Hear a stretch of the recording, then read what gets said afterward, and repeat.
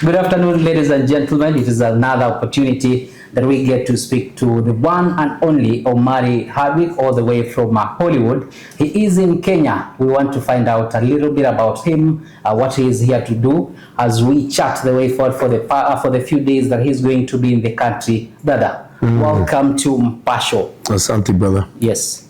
You landed here yesterday. I just want to find out a quick one. How has your stay been so far? I know it's been quick. It included, first of all, thank you for having me.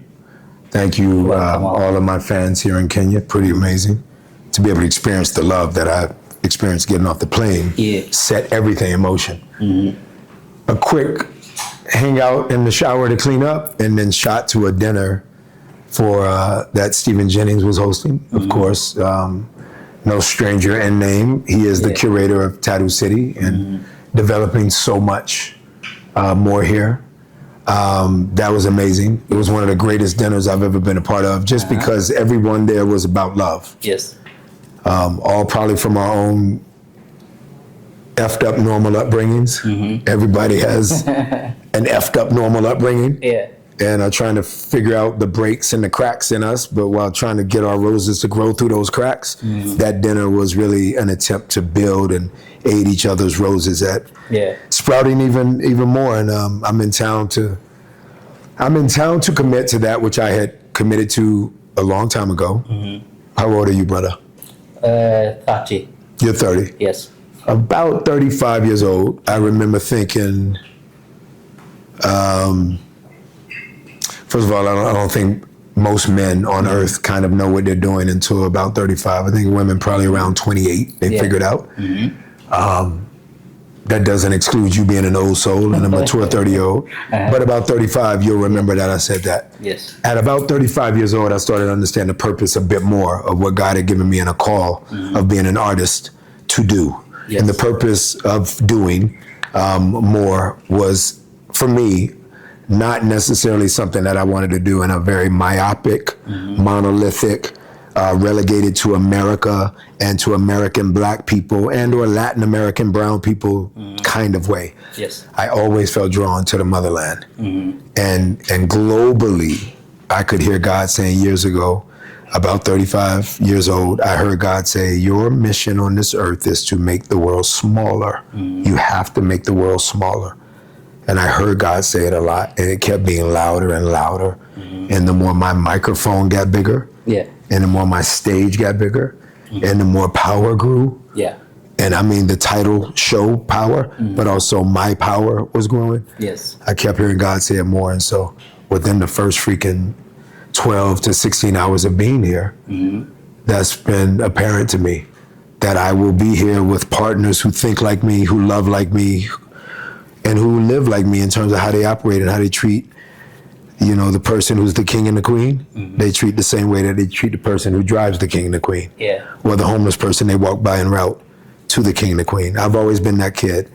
And as a man with that personality, there's no better place than Kenya to sink my fingers in and give job opportunity, give artists opportunity to make more movies, give musicians more opportunity to stand on stage and rock out. I'm gonna bring a lot of stuff here, bro. I'm committing to a lot of growth here that Omari Hardwick will bring, again, with these phenomenal human beings who I'll partner with.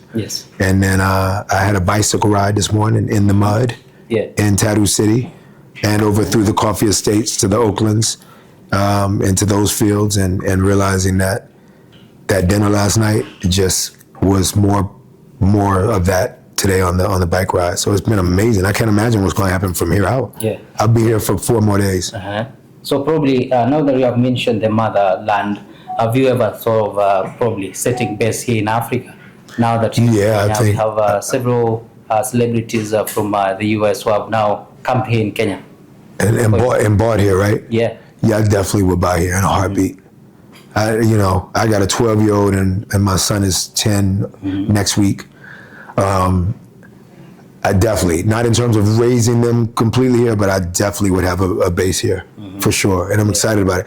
I'm not big on coming to a city and even hanging out at the hotel that I'm at when I come to a city or a country or a continent, let alone setting up roots here. I don't know how I could state that I'm going to partner with these people in aid and young brethren and sister in getting opportunity, particularly people who look like you and I in Africa. I'm not going to do that without having some kind of home base here. Yeah. So I'll do it. You got to tell me where to buy. Make sure find me the realtor. The director will have to advise on how to find me the realtor. Find me everything. Then you come back do that interview. Then you do that interview from my house when we do that. You telling me where to be? Yes. Let's say we go to Kabani. I think that Yes. a very good setup. I love it. Yeah. So I love it. here in Kenya, for the opportunity now that you are establishing a business here, the partnership, do you see a future in terms of you coming back here, trying to do some sort of movies, and if so, what type of stories will you want to tell from the African continent? Ooh, that's awesome. Great question. Yeah. Absolutely. It's a dream now of mine to do a movie here. I've done a movie in South Africa. Many movies get done in South Africa, as you know. Yeah. Nigeria is always, there are Nigerian men and women who have asked me to come and do movies in Nigeria. Yeah. And as you know, you're a Power fan, yeah? You know Oluro Twemi, who played Dre? Yes. He is from Nigeria. Yeah. And so he's even married from here, Tanzania. Yes. Yes. Just a few kilometers from Yes. here. Yeah. Yes. So Rotimi has always asked me. He's he was raised in Jersey, but his parents are very much Nigerian. And so we've talked, even Rotimi and I've talked about doing movies in Africa together. The kinds of movies I would want to do, stories that are here. Yeah. I want to do stories that are not. I want to tell stories, historical stories that are related to and or pertaining to the fight here, the struggle here, and those stories can be seen and can be made now that I'm here. I would imagine with my stature in life, man. I used to live in a car, and now you're asking me that question. So think about it, bro. Yeah. Absolutely. That's the story that needs to be told. The story of journey for certain people. So you got to give me some books. That's something that I need. I talked to Stephen Jennings today on the bike ride about that. I need some books about great people who you feel like I could either portray or that I could produce the story of. Yeah. I need your help with that. Yeah, I think we'll find a couple before this time ends. And service you some of the greatest. I love it. Yes. I appreciate that. Yeah. So I think from yesterday, once you landed at the airport, some of the comments were people expecting that probably you guys could come to Kenya, the power crew, Tommy, they were talking about Eric, you now, Ghost, you're here. Think about, can this guy think of giving us an African tour? Because now power was a hit over here in Africa. Huge. Yes, and they are seeing you in Kenya. Yeah. Think that, why can this crew come, all of it, and do some sort of tour here? All of it? You mean all of us? Yeah. I'd have to, this is the crazy thing. Yeah. There's but only some people from my original show or the original show that 50 and Courtney created that I speak to. And not from my desire, but Notori and I still speak. Enrique Marciano, who played Lobos. Yeah. Obviously Joseph and I still speak. Rotimi and I still speak. Yeah. I text with 50 when I can, but I would have to, it's been a long time since I've talked to Tariq, and he was like a son to me. Not Tariq, but Michael Rainey Jr. Yeah. So I would have to reach out to them, and that would be pretty amazing if we as a reunion came back here and hung. Yeah. Yeah, that would be pretty special. Yeah. Make sure that you DM all of them. Yeah. And ask them. Sure, we will. We'll find out. I'll find out if you do or not. Does the character Ghost relate to any aspect of your life from that particular movie? Now you're in Kenya. We told people that we have opening a HQ house here. Then people talking about truth. Yeah. Yeah. Any correlation? Yeah, definite correlation. Yeah.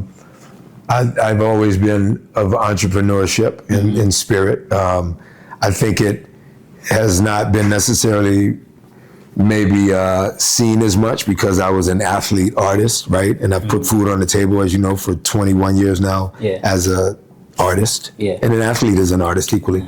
So that business acumen of mine, and I don't claim to know much of anything. I don't ever think I'm the smartest person at the table. I think I'm pretty good at reading people at the table. Yeah. And I think I know what I don't know. And so I know how to get somebody to aid me at learning what I don't know. Yeah. And so I think that was Ghost. Ghost was sharp as a tack. I do understand I have a sharpness. Yeah. I do get that I feel secure. I feel superior. Yeah. But I equally feel inferior, I think, at the same time, which is a kind of weird mix. Yeah. I often feel inferior, but I never don't feel superior. So that was kind of Ghost. Yeah. As soon as you felt he was a Superman or a superhero, the next moment you felt like he was an 8-year-old boy in Queens trying to figure out life with a white boy next to him. Yeah. Played by Joseph Shakur. So I think there's Omari in that guy, but there's also this spirit of opening opportunities, whether it be a nightclub called Truth, whether it be a privatized membership-only space of thinking and work can be done and enterprise can be done, called a HQ. Impact matters probably more to Omari. I think Ghost didn't care as much about impact. I think Ghost was more about, let me just get it popping. Yeah. And if people feel his impact, so be it. But I think Omari is definitely about the people feeling their own opportunity. Yeah. And once they become impactful to other people, that makes me happy. So, but I relate to a whole bunch of him. I couldn't play him if I didn't. Sure. So how is, as we say now, probably, what is in store for Kenyans? Then You cool, bro. I'll always take care of him. I'm Ghost, bro. I'll always take, hey, brother. Because I'll do every interview. I won't leave any of y'all short. Yeah. Trust me, okay, bro? I got you. Okay. But I do respect you doing your job. I really respect it. Yeah, sure. But the problem is you got my guy continuing to turn and look at you. And I need my guy here with me. Brother. Asante. Yeah. Thank you. I appreciate you, bro. I do. Sure. So the question was in terms of what is in store for what you're working on right now in terms of movies, music, and all that. Yes.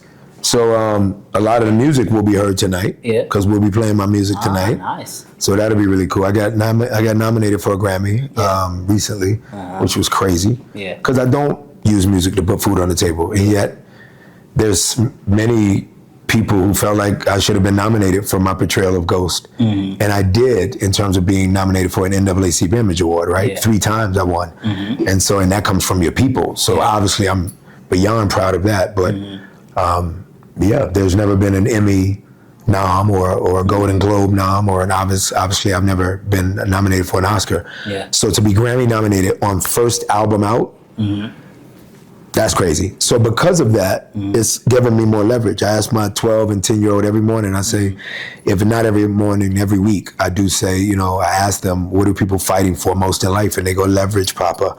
Because I've told them so much. Yeah. People want leverage. He has the leverage over you because he's able to tell you got to rock it out. But people are fighting for leverage all the time. So I think for me, I needed leverage. So I'm now exec producing most of what I'm doing. I needed leverage. I learned that on these prior jobs. I had no leverage. I was simply the actor.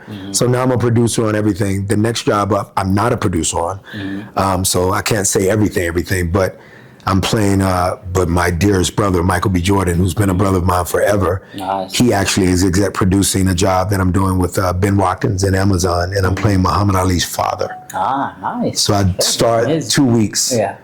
2 weeks from now, 3 weeks, which will be amazing. And then April 12th, so more like almost a month from now. And then myself and Kevin Hart, we are exec producing a very big show that I can't tell you about, and I can't tell you what network it's on, but it's really special.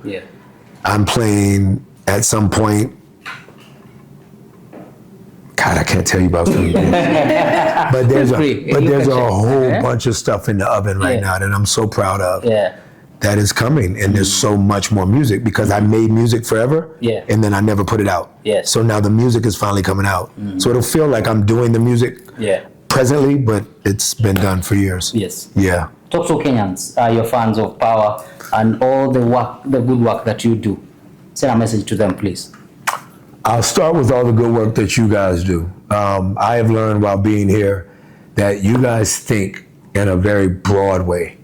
Very macro. No matter whether the world tells you you don't, you guys think super macro. And I know because of the questions that you ask. You see me in a light of that which sometimes I forget to see myself as, because in America, I'm around fellow me's who are still fighting to understand their identity, because we are African American, and there at times lies the conundrum or the confusion. You African brethren and sister and fan base, you have absolutely given me permission to fly even higher than I believed that I was able to fly. So I'm giving you your roses, and I'm asking you back to accept my challenge and saying that if you have a dream, do not just sleep. Wake up, put that dream to action, figure out what you need to do to make that dream become a reality, and go be great so that you can be sitting in my seat being interviewed one day. I believe in all of y'all. And I don't care how little you have. I don't care how much you have. I believe in all of your ability to become super special. Just be special. No. Thank you all for being special in terms of your fanship. It's been amazing. Yes. Thank you, bro. Thank you so much. Asante sana. That is Mpasho for you. We are out. Out. Peace.